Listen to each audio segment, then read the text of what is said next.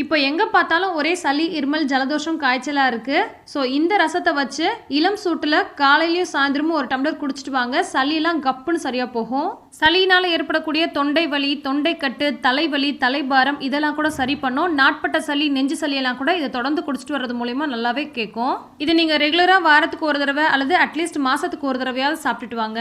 சளி சம்பந்தப்பட்ட பலவிதமான பிரச்சனையை சரி பண்ணக்கூடிய மருத்துவ குணம் கொண்டது தான் இந்த கற்பூரவள்ளி, ஓமவல்லின்னு கூட சொல்லுவாங்க. இந்த இலையை பயன்படுத்தி தான் இன்னைக்கு நம்ம ரசம் செய்ய போகிறோம். இதோட இலைகளை மட்டும் இந்த மாதிரி கட் பண்ணி எடுத்துக்கலாம். நல்ல ஒரு கை 2 கை நிறைய எடுத்துக்கோங்க. ரசம் வந்து கொஞ்சம் விறுவிறுன்னு இருக்கிற மாதிரி இருக்கும், ஆனால் சூப்பராக இருக்கும் டேஸ்ட்டு. கண்டிப்பாக டெஃபினட்டாக ட்ரை பண்ணி பாருங்க. ரசத்துக்கு தேவையான மசாலாவை ஃபஸ்ட்டு அரைச்சி எடுத்துக்கணும். அதுக்கு ஒரு மிக்சர் ஜாரில் 1 டேபிள் ஸ்பூன் அளவுக்கு சீரகம் சேர்த்துக்கோங்க.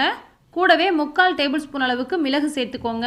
ஏற்கனவே மிளகு ஜீரக பொடி அரைச்சி வச்சிருக்கீங்கன்னா கூட அது சேர்க்காம இந்த மாதிரி ஃப்ரெஷ்ஷாக பொடிச்சு பண்ணிக்கோங்க. அப்பதான் ஃப்ளேவர், டேஸ்ட், அந்த மருத்துவ குணம் எல்லாமே நமக்கு கரெக்டாக கிடைக்கும். இதை கொஞ்சம் நைஸாக அரைச்சி எடுத்துக்கோங்க. ரொம்ப நைஸாக அரைக்க வேண்டிய தேவையில்லை.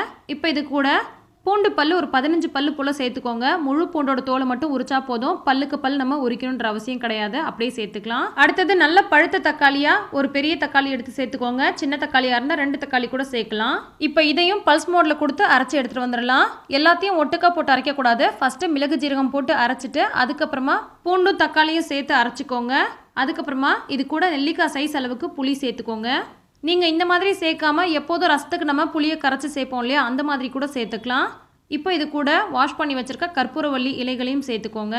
இதையும் பல்ஸ் மோட்ல வச்சு அரைச்சி எடுத்துக்கோங்க.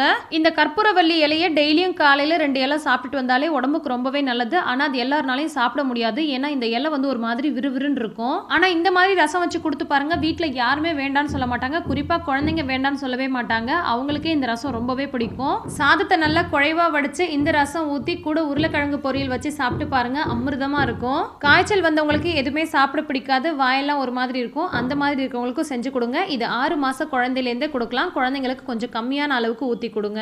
அரைச்ச மசாலாவோட கொஞ்சமாக தண்ணி கலந்து வச்சிருக்கேன். இப்போ இது தாளிக்கிறதுக்கு ஒரு கடாய் அடுப்பில் வச்சுட்டு இதில் கொஞ்சமாக நல்லெண்ணெய் சேர்த்துட்டு கடுகு உளுத்தம் பருப்பு சேர்த்து பொரிய விட்டுறலாம். கூட 2 காஞ்ச மிளகாய் சேர்த்து பொரிய விட்டுக்கோங்க.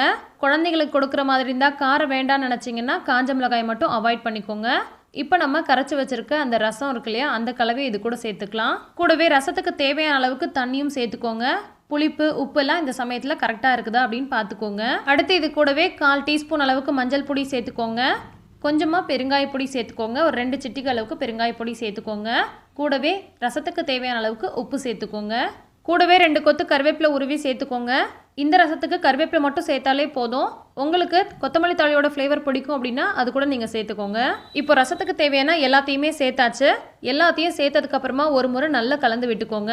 எப்போதுமே ரசம் நல்லா நுரக்கட்டி வரணும், ஆனால் கொதிக்கக்கூடாது.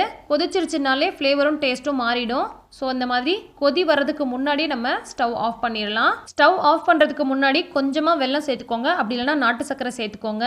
கொஞ்சமாக தண்ணி சேர்த்துக்கோங்க. இந்த கொதி வர்றது வந்து கொதி வராமல் அப்படியே அடங்கிடும். மேலே கொஞ்சமாக கட் பண்ணி வச்சிருக்க கற்பூரவள்ளி தழையை தூவிட்டு ஸ்டவ் ஆஃப் பண்ணிவிட்டு ஒரு முறை நல்லா கலந்து விட்டுருங்க. கலந்து விட்டுட்டு அப்படியே நல்லா மூடி போட்டுருங்க. எப்போ சர்வ் பண்ண போகிறீங்களோ அப்போ ஓப்பன் பண்ணி பண்ணிங்கன்னா நல்ல செம ஃப்ளேவராக நல்ல மனமாக இருக்கும். எப்போதுமே ரசம் வைக்கும் போது ஓப்பனில் வைக்கவே கூடாது. ரசம் வச்சு முடிச்சதுமே நல்லா லிட்டு போட்டு க்ளோஸ் பண்ணிடணும். எப்போ சர்வ் பண்ண போகிறீங்களோ அப்போ மட்டும் ஓப்பன் பண்ணுங்க.